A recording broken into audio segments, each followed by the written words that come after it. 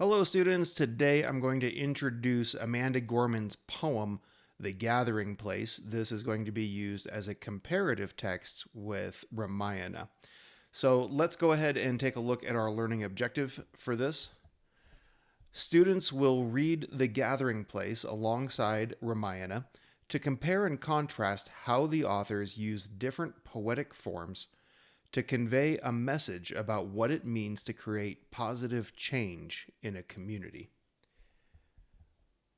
You only have two tabs with this assignment, just the introduction and the poem itself to read. There is no reading quiz for this because it's only being used as a comparative text. But let's go ahead and go through the introduction. Amanda Gorman, she was born in 1999, describes herself as a poet, activist, and changemaker. At 19, she is the first ever Youth Poet Laureate of the United States. That's a pretty big deal. She published her first poetry book, The One for Whom Food is Not Enough, in 2015.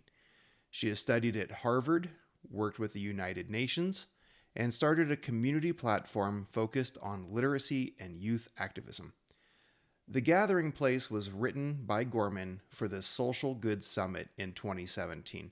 I was curious as to what the Social Good Summit was, so I went ahead and found the old website for it, Social Good Summit 2017, and took a look at it, and it says basically by gathering leaders, just looking at this paragraph, gathering leaders, thinks, it says, but I think it probably means thinkers, and advocates from around the world, the summit, which is hosted by the United Nations Foundation, the United Nations Development Program, Mashable, which is a social media website, and 92Y, promotes an active conversation community on how to create positive change.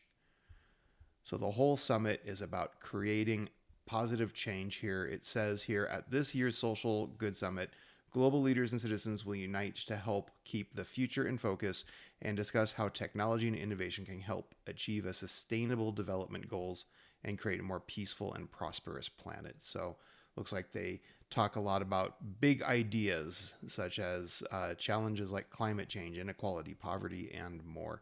So anyway, that's a little bit about the summit that she was writing this poem for. I think it's always helpful to have a little bit of background information.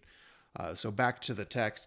Speaking of background information, I just want to tell you a little bit more about Amanda Gorman. And she's somebody who I really respect quite a bit. So Amanda Gorman she's not only a celebrated poet, she's also, as you can tell, deeply involved in activism and community service. She became a youth delegate for the United Nations when she was just 16 years old. And soon after, she was named Los Angeles's Youth Poet Laureate before becoming the nation's Youth Poet Laureate. She also founded a nonprofit called One Pen, One Change, which is an organization that helps students to use storytelling to try to create meaningful change in the world. In a 2018 interview with the New York Times, Gorman revealed that she has an auditory processing disorder. It makes her hypersensitive to sound. And she thinks that this disorder has influenced the way that she writes her poetry. She said that one strategy that she uses is she'll play a piece of music that matches her mood and then writing the poem as the visualization of that sound. Now, because she has auditory processing disorder, this affects the way that she speaks. So she has a speech impediment.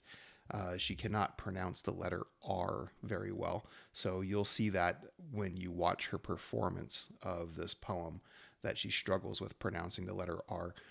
I'm just going to add on a personal note that I think it's admirable that somebody who struggles with auditory processing, that's a hearing deficit, and somebody who struggles with speech has conquered their challenges and has become a celebrated worldwide poet and has delivered numerous addresses and poetic performances all the way up to the nation's capital. So I have a lot of admiration for her.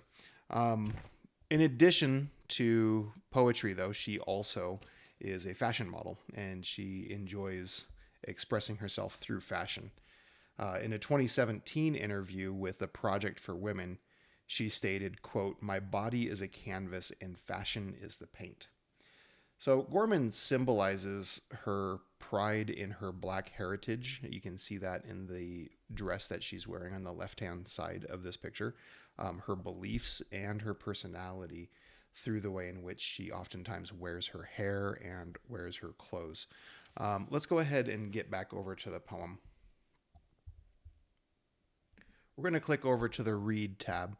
When you finish reading this poem and going through this poem, there are a couple of discussion questions that I would like you to make sure that you can answer. So you can either write these down in your own notebook or you can discuss these with a partner, but they would be really helpful for you to make sure that you have a couple of ideas that you can use from this in the comparison. Now, there is a video that has Amanda Gorman performing this poem, and this is at the Social Good Summit. So I would recommend watching it because there's no better way to hear a poem than hearing the original author reciting it, in my opinion. So I would definitely watch that. But here's the actual poem, and I took a couple of notes on it that we're going to discuss. Here, it's not a tremendously long poem. It's about a mid-size poem. But there's a few things that I wanted to point out because one of the things that you're doing in this module is learning about poetic structure and devices and comparing the two, this and Ramayana. So a couple things that I wanted to point out as I went through this. First of all, unlike Ramayana's traditional Sanskrit structure, which has rhyming couplets with 8 syllables per line, the Gathering Place has what we would call an irregular rhythm and meter. This is also called free verse. So there is no regular meter throughout any of her poem or a regular rhythm throughout her poem. Instead, it has much more of a free verse or even spoken word type quality to it. So that's one thing to note. Another thing to point out here is what's called enjambment. Enjambment, if I can pronounce it, is when you split a complete sentence into 2 lines in order to create a poetic flow or effect. So this would be read as "where closed doors are far too tight for the giant that is hope to grow." It would be read all as one long line, but in the poem it's split between 2 lines to create a visual flow. So enjambment is a poetic device that you should probably learn and be able to speak about. And another thing that I want to point out is metaphor.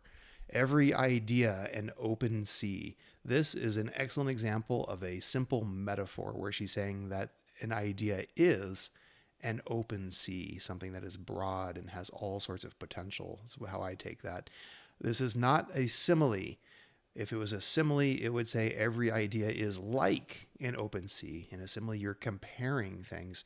But in a metaphor, you're saying one thing is another thing, which is exactly what she's doing here.